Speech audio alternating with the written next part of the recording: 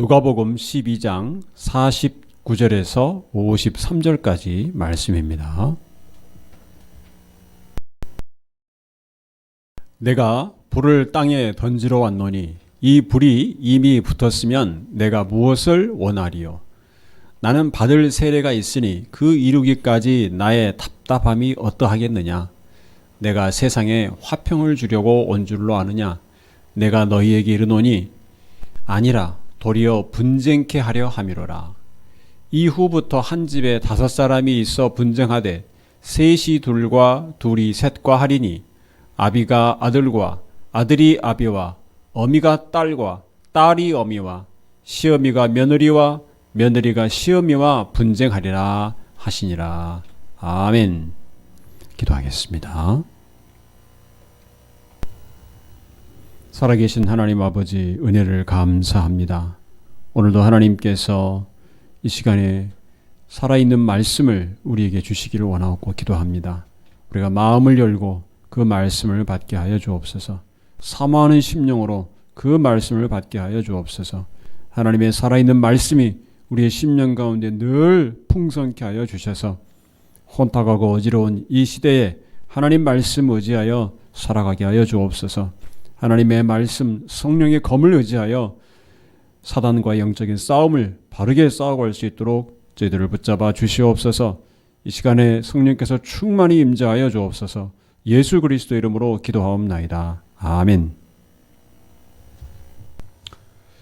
예수님께서는 많은 것을 비유로 말씀하셨습니다. 그래서 이 복음서의 비유들은 말씀의 핵심을 잘 기억하게 해줍니다.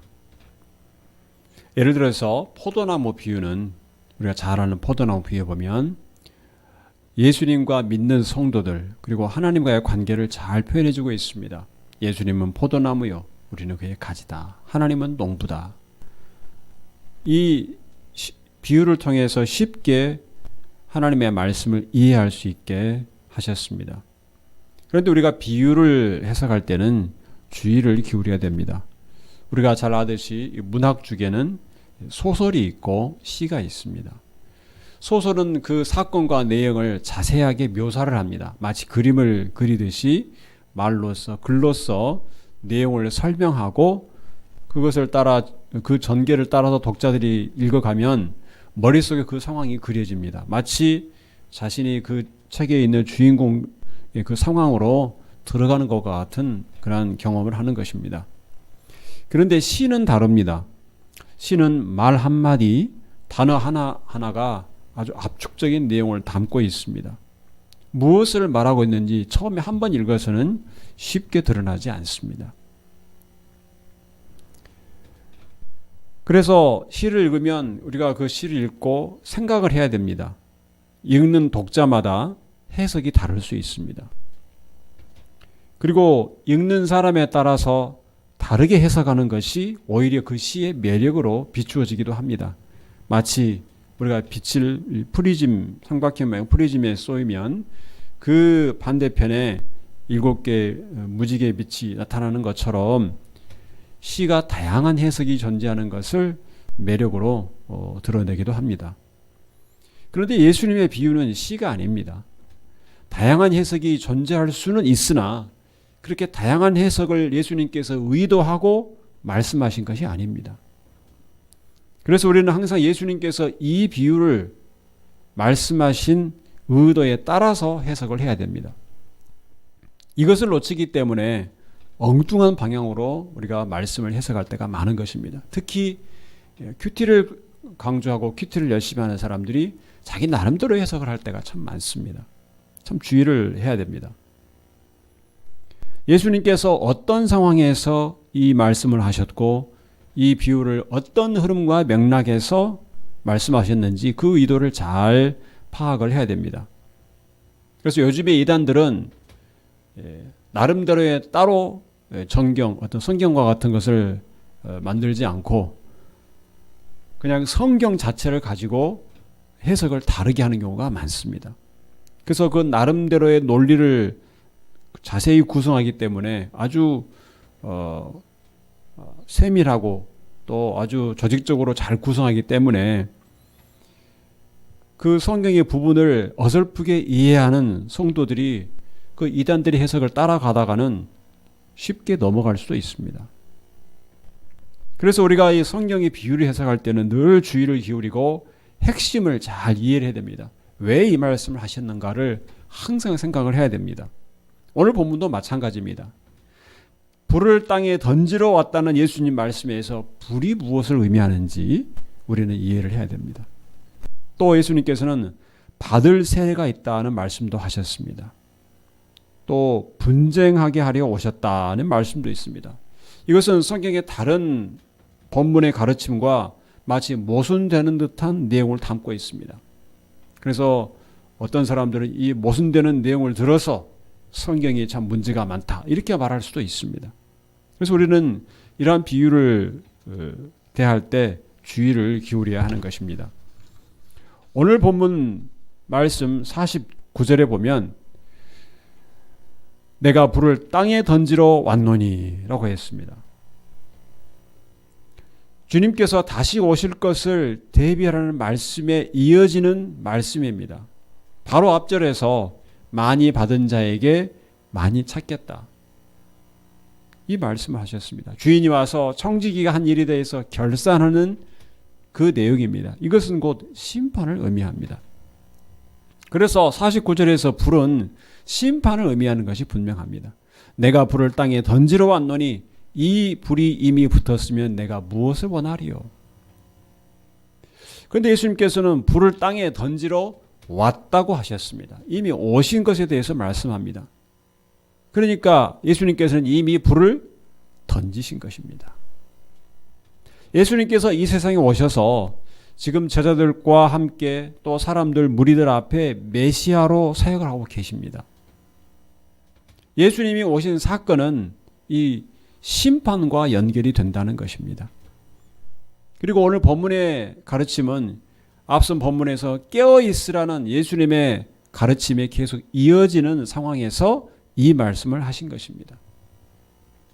그리고 그 앞에는 하늘의 보물을 쌓는 삶에 대해서도 말씀하셨습니다. 그리고 그 앞에 본문에서는 마땅히 두려워할 자를 두려워하라 이 말씀하셨습니다. 마땅히 두려워해야 될 자, 즉 하나님께서는 지옥에 던져넣는 권세가 있다 이 말씀하셨습니다. 그러니까 이 말씀에서 벌써 심판에 대한 암시가 있는 것입니다. 그리고 오늘 이 본문을 말씀을 예수님께서 하신 것입니다. 세상을 두려워하고 세상에 소망을 두는 사람은 하나님의 심판에 대비하는 사람이 아닌 것입니다. 하늘의 소망을 두고 하나님을 의지하는 삶을 살라는 가르침은 심판을 대비해서 깨어 있으라는 주님의 말씀입니다. 예수님께서 다시 오시는 것을 대비하라는 말씀이 청지기로서 맡은 사명에 충성하라는 말씀으로 또 이어지는 것입니다.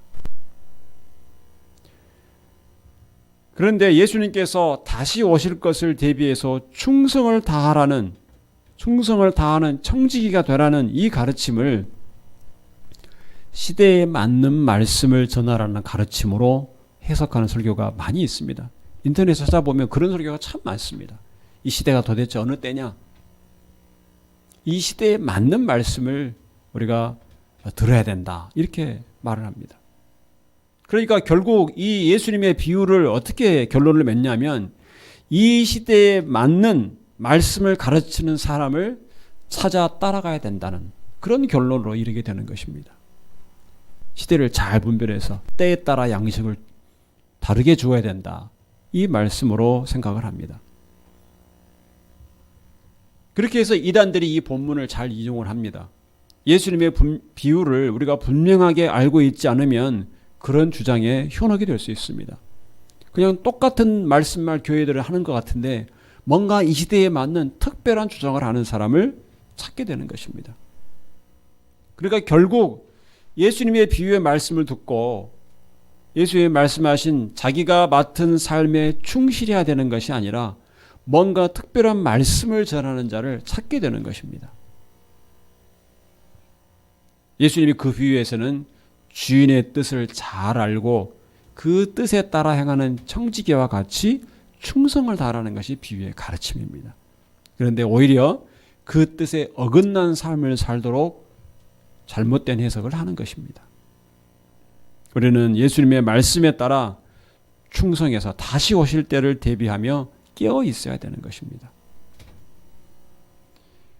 그렇게 깨어 있으라는 말씀은 예수님이 다시 오신다는 말씀을 하시면서 심판의 때를 대비하라는 것인데, 오늘 본문에서는 예수님이 이미 불을 땅에 던지러 왔다고 말씀하십니다. 즉 이미 심판이 임했다는 것을 알 수가 있습니다. 그러면 우리가 이 비유에서 예수님이 오심으로써 이미 심판이 임하였다는 것을 어떻게 이해해야 되는가, 우리가 생각을 해야 됩니다. 누가복음 3장 9절에 보면 이미 도끼가 나무 뿌리에 놓였으니 좋은 열매 맺지 아니하는 나무마다 찍혀 불에 던지우리라. 세례 요한이 예수님께서 오실 것을 앞서서 그 기회를 예비하면서 선포한 내용입니다. 그는 임박한 심판, 나무 뿌리에 도끼가 놓였다, 임박한 심판을 선포했습니다. 예수님께서 메시아로서 공생의 사역을 시작하신 것은 이제 세상에 심판이 임박한 것이 아니라 심판을 시작한 것입니다. 세례 요한은 예수님 오실 것을 미리 선포했지만 예수님이 이제 오셔서 그 사역을 시작하셨기 때문에 불을 던지신 것입니다. 심판을 시작하신 것입니다. 그런데 여기서 우리가 한 가지 짚고 넘어가야 될 것이 있습니다. 예수님께서 오신 목적이 심판이 아니고 구원이라고 하신 말씀이 있기 때문에 그렇습니다. 요한복음 3장 17절에 말씀합니다. 하나님이 그 아들을 세상에 보내신 것은 세상을 심판하려 하심이 아니요 저로 말미암아 세상이 구원을 받게 하려 하심이라. 예수는 분명히 우리를 구원하시려 오셨습니다. 멸망치 않고, 저를 믿는 자는 멸망치 않고 영생을 얻게 하시려고 오셨습니다. 그렇다면 예수님께서 오신 것은 심판도 되고 구원도 되는 것입니다. 어떤 사람에게는 심판이고 어떤 사람에게는 구원인 것입니다. 그래서 요한복음 3장 18절에 보면 저를 믿는 자는 심판을 받지 아니하는 것이요 믿지 아니하는 자는 하나님의 독생자의 이름을 믿지 아니함으로 벌써 심판을 받은 것이니라. 예수님이 오신 것은 이미 예수님을 거부한 자들에게는 심판이 임한 것과 같습니다. 물론 우리가 지금 상황을 보면 지금 완전히 하나님의 심판이 이루어진 것이 아닙니다. 아직도 버젓이 악을 향하면서 떵떵거리고 사는 사람들이 있습니다. 오히려 사업이 잘 되고 또 세상에 성공을 하며 사는 사람들이 있습니다. 그러면서도 자기의 악함을 부끄럽게 생각하지 않는 사람들이 있습니다. 오히려 믿는 성도들이 핍박을 당하는 일들이 지금 일어나고 있습니다. 심판이 완전히 이루어지지 않았습니다. 그러면 우리가 이것을 어떻게 이해를 해야 됩니까? 누가복음 11장 20절에 말씀합니다. 그러나 내가 만일 하나님의 손을 힘입어 귀신을 쫓아내는 것이면 하나님의 나라가 이미 너희에게 임하였느니라. 여기서도 하나님의 나라가 이미 임하였다고 했습니다. 예수님께서 귀신을 쫓아내는 것은 이미 사단을 결박하였기 때문입니다. 예수님께서 오심으로 하나님의 나라가 임한 것입니다. 그런데 아직 하나님의 나라가 완전하게 이루어지지는 않았습니다.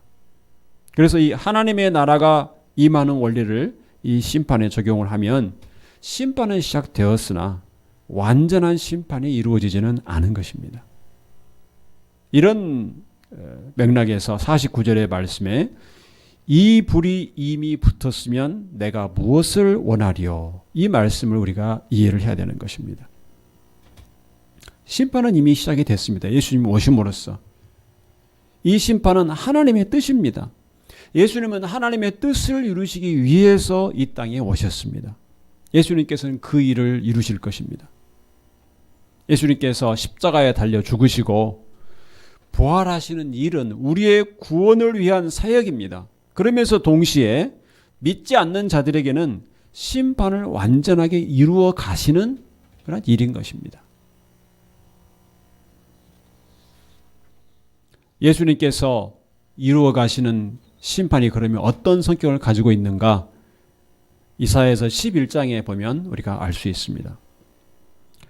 이사야서 11장 4절에서 5절 말씀을 보면 공의로 빈핍한 자를 심판하며 정직으로 세상의 겸손한 자를 판단할 것이며 그 입의 막대기로 세상을 치며 입술의 기운으로 악인을 죽일 것이며 공의로 그 허리띠를 삼으며 성실로 몸에 띠를 삼으리라. 예수님의 심판은 공의와 정직으로 하시는 심판입니다. 즉 하나님의 말씀이 심판의 기준입니다. 심판을 먼저 하려면 우리가 재판장에서 어떤 재판을 하려면 그 재판의 기준이 되는 것이 먼저 분명하게 서 있어야 됩니다. 그 기준을 따라서 죄인지 무죄인지가 결정이 나기 때문에 그렇습니다. 그래서 심판은 참된 것이 무엇인가, 옳은 것이 무엇인가를 선포함으로써 시작이 됩니다. 거짓과 악한 것을 징계하고 벌주는 것은 이 선포된 말씀을 기준으로 합니다. 그래서 입에 막대기로 세상을 치고 입술의 기운으로 악인을 죽이는 것입니다. 그 입에서 나오는 말씀, 하나님을 아는 지식이 온 땅에 충만하게 되는 것입니다. 이것이 하나님의 심판인 것입니다. 오늘 본문에서 예수님은 제자들과 함께 계십니다. 예수님께서 앞으로 해가실 일은, 이 본문의 시점에서 보면 앞으로 해가실 일은 선지자들로 구약에 예언하신 그 하나님의 말씀을 모두 성실로 몸의 띠를 삼고 성실하게 그것을 이루어 가시는 것입니다. 그리고 그 일에 가장 정점에 십자가가 있는 것입니다. 그래서 오늘 본문의 말씀에 50절 말씀을 보면 나는 받을 세례가 있으니 그 이루기까지 나의 답답함이 어떠하겠느냐.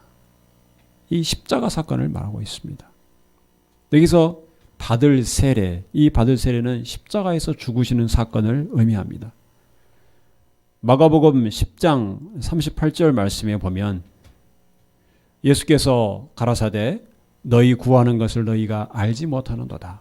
너희가 나의 마시는 잔을 마시며 나의 받는 세례를 받을 수 있느냐. 여기서 보면 예수님께서 받는 세례라고 표현을 하셨습니다. 예수님이 십자가에 대해 죽으시는 사건을 이렇게 말씀하신 것입니다. 이 세례는 우리가 세례를 받을 때 보면 세례를 받음으로 세례 받기 전과 후가 다르다는 것을 의미합니다. 예수님과 함께 하나가 된 것이 바로 세례라고 하였습니다. 그것을 우리가 겉으로 표시해 주는 것이 물로 세례를 주는 것입니다. 그러니까 이 세례라는 것은 변화, 새롭게 태어나는 것을 의미합니다. 우리가 생각해 보면 하나님은 결코 죽으실 수가 없는 분입니다. 하나님은 죽으실 수가 없습니다.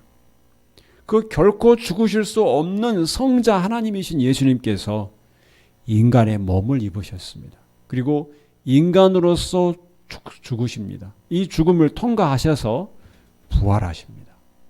그럼으로써 예수님께서 인간의 몸을 입고 죽으심을 통과하시고 부활하신 것은 그 이전과는 다른 예수님이 된 것입니다. 죽으시고 부활하셔서 만물 위에 높임을 받으시는 사건입니다. 그래서 이것을 가리켜서 받을 세례라고 예수님께서 말씀하신 것입니다. 그런데 이것이 쉽지 않습니다. 그래서 예수님께서 답답하다고 말씀하십니다. 나의 답답함이 어떠하겠느냐. 겟세마네 동산에서 이렇게 기도하십니다. 내 아버지여, 할만하시거든 이 잔을 내게서 지나가게 하옵소서. 그것이 어렵기 때문에, 괴롭기 때문에 예수님의 이 고뇌를 알 수가 있습니다. 인간의 몸을 입고 죽음을 통과한다는 것이 무엇인지를 아시기 때문에 이 말씀을 하신 것입니다. 죽음이라는 것은 무엇인가 하면 이 죽음에는 하나님의 모든 진노가 결집이 되어 있습니다. 죽음. 그래서 죄를 지으면 너희가 이 선악을 알게 하는 실과를 먹으면 죽으리라. 하나님의 진노가 그 죽음에 표현이 되어 있습니다. 이 죽음은 하나님의 극심한 진노입니다. 그것을 견디어내야 되는 것입니다. 죽음을 통과한다는 것은.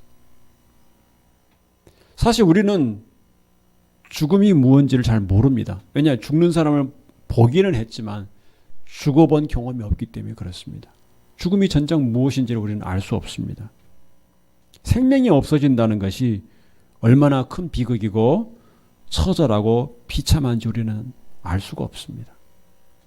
그러나 예수님은 그것을 아십니다. 그리고 그 죽음을 통과해야 됩니다. 이것은 형식적인 것이 아니고 사람의 몸을 입고 정면으로 죽음을 맞이해야 되는 것입니다. 하나님의 진노와 정면으로 만나야 되는 것입니다. 이것이 무서운 일이기 때문에 예수님께서 답답하다고 말씀하신 것입니다. 그런데 예수님은 바로 이 일을 위해서 이 땅에 오신 것입니다. 예수님께서 불을 던지러 오셨다는 것은 예수님을 받아들이는 자와 거부하는 자로 나누어지게 하는 것입니다. 그래서 오늘 본문에 51절 말씀 보면 내가 세상에 화평을 주려고 온 줄로 아느냐 내가 너희에게 이르노니 아니라 도리어 분쟁케 하려 함이로라.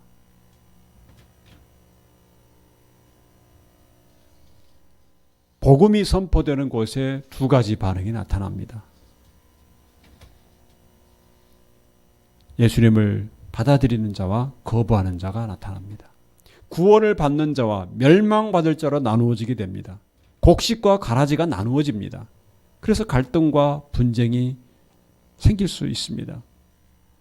참과 거짓은 함께할 수가 없기 때문에 그렇습니다.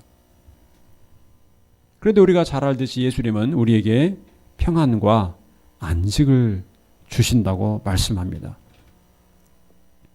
요한복음 14장 27절 말씀에 보면 평안을 너희에게 끼치노니 곧 나의 평안을 너희에게 주노라. 내가 너희에게 주는 것은 세상이 주는 것 같지 아니하니라. 너희는 마음에 근심도 말고 두려워하지도 말라. 예수는 우리에게 세상이 빼앗을 수 없는, 세상에도 얻을 수 없는 참 평안을 주시는 분입니다. 그래서 예수님 안에서 우리는 근심도 할 필요 없고 두려워할 필요도 없는 것입니다. 누구도 빼앗을 수 없는 이 평안을 예수님께서 우리에게 주십니다. 그런데 이 평안은 예수님 안에서만 누릴 수 있는 평안입니다. 예수님 안에서만. 예수님을 따르는 자만 누릴 수 있는 평안입니다. 여러분에게 이 평안이 있습니까? 예수님이 주시는 이 깊은 평안. 예수님을 받아들이지 않는 자에게는 평안이 아니고 심판의 불이 임하는 것입니다. 이 둘 사이에는 너무나 큰 간격이 있습니다. 따라서 갈등이 생길 수밖에 없습니다. 복음이 선포될 때 예수님 때문에 가정에도 분란이 생길 수 있습니다. 예수님께서 그 분쟁을 일으키신 것처럼 오늘 본문에서 말씀하십니다. 아버지와 아들과, 아들이 아버지와, 엄마가 딸이, 딸이 엄마와. 가정의 분란이 생길 수 있다는 것입니다. 예수님 때문에. 예수님이 불을 던지러 세상에 오셨기 때문에. 온 집안이 불교 믿는 가정에서 처음으로 예수님 믿는 사람들의 간증들이 있습니다. 그게 예수님 믿고 교회에 가기 시작하면 온 집안에 난리가 납니다. 어찌 너가 그럴 수 있느냐. 우리 집안에 이런 재앙이 없다. 이런 모욕과 또한 협박의 말을 들으면서 신앙생활 하시는 분들이 있습니다. 그리고 지금도 그 일이 일어나고 있습니다. 우리가 기도하는 성도들, 중동이나 아프리카나 중앙아시아, 아프가니스탄 이런 나라들에서 박해가 일어나고 있습니다. 마을에서 추방당하고 친구들 사이에서 따돌림 받고 직장에서 내쫓김 받고 가족에게서 쫓겨납니다. 가족에게서. 가장 친밀하고 화목해야 될 가정에 갈등과 분쟁이 생기는 것입니다. 예수님을 따르는 자와 예수님을 거부하는 자로 나누어집니다. 믿음 때문에, 예수님 때문에 가정에 분란이 생길 수 있다는 것은 무엇을 의미합니까 하면 가정의 평화가 최우선이 아니다는 것입니다. 그게 최우선이 아닙니다. 물론 가정의 평화가 깨진 것은 견디기가 힘든 것입니다. 가정이 평안해야 우리 마음이 평안합니다. 언젠가 제가 말씀드린 적이 있는데 제가 만난 분 중에 가정의 평화를 위해서 교회에 나가시던 분이 아내를 따라서 이단 교회, 하나님의 교회 같은 이단 교회에 나갑니다. 가정의 평화를 위해서. 저한테 그런 말 했습니다. 가정의 평화를 위해서. 그 교회에 같이 출석한다. 겉에 인상을 보면 참 온화한 인상을 부립니다. 근데 참 안타까웠습니다. 가정의 평화를 중요하기 때문에 그런 잘못된 길로 가는 것입니다. 가정의 평화를 최우선으로 둔다는 것은 이 세상을 먼저 생각하는 것입니다. 하나님의 나라를 생각하지 않고 하나님의 심판대 앞에 설 그날을 생각지 않는 것입니다. 우리가 믿음 때문에 가정에서 갈등을 겪는 성도들을 위해서 기도해야 됩니다. 우리는 예수님 때문에 갈등이 생길 수 있는 것을 예상하고 그 갈등을 피하지 않아야 됩니다. 갈등을 견디고 인내해야 합니다. 오히려 예수님 안에서 예수님이 주시는 평안을 누려야 하는 것입니다.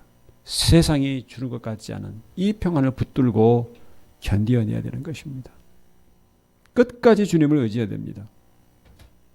예수님 때문에 생기는 갈등과 분쟁은 성도에게 결단을 요구합니다. 결단. 어떤 결단을 요구합니까? 마태복음 10장 37절에서 38절 말씀 보겠습니다. 오늘 본문과 같은 내용의 본문에 있는 그 내용입니다. 아비나 어미를 나보다 더 사랑하는 자는 내게 합당치 아니하고 아들이나 딸을 나보다 더 사랑하는 자도 내게 합당치 아니하고 또 자기 십자가를 지고 나를 좇지 않는 자도 내게 합당치 아니하니라. 예수님께서 분명하게 말씀을 하셨습니다. 가정의 평화가 최우선이 아니라 예수 그리스도를 따르는 삶, 자기 십자가를 지고 예수님을 따르는 그 삶이 가장 우선이라는 것을 우리에게 말씀해 주셨습니다.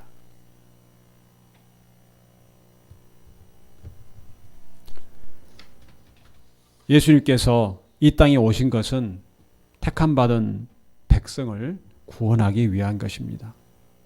또한 동시에 예수님을 거부하는 자들을 심판하시기 위해서 오신 것입니다. 그 심판은 이미 시작이 되었습니다.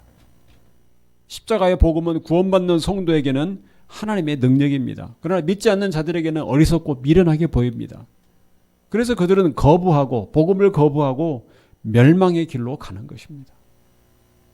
성도 여러분, 우리가 예수님 믿게 된 것이 하나님의 은혜입니다. 여러분이 예수 그리스도를 주로 구주로 영접하야 되는 것이 너무나 큰 하나님의 은혜입니다.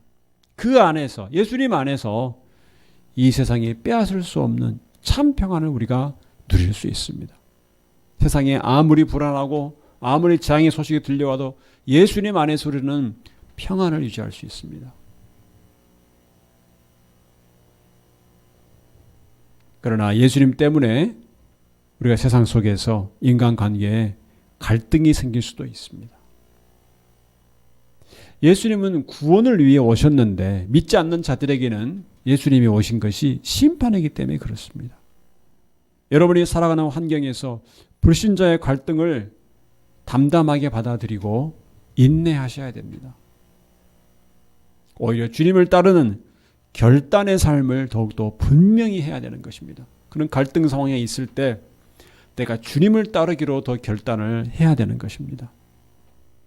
거룩한 성도의 삶으로 세상과는 다른 말과 다른 행동과 다른 선택으로 어둠을 비추는 성도의 삶을 살아야 됩니다. 사람들과의 갈등을 피하기 위해서 그들의 결정과 그들의 요구에 따라가는 어리석은 선택을 하지 않아야 됩니다. 그래 그럴 때가 많습니다. 세상에 나가서 직장 생활하고 말 때 보면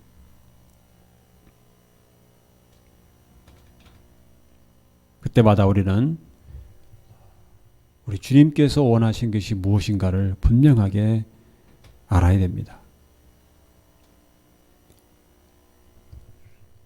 세상 사람과 다른 구별된 말과 행동과 선택이야말로 하나님께서 여러분에게 기대하시는 것입니다.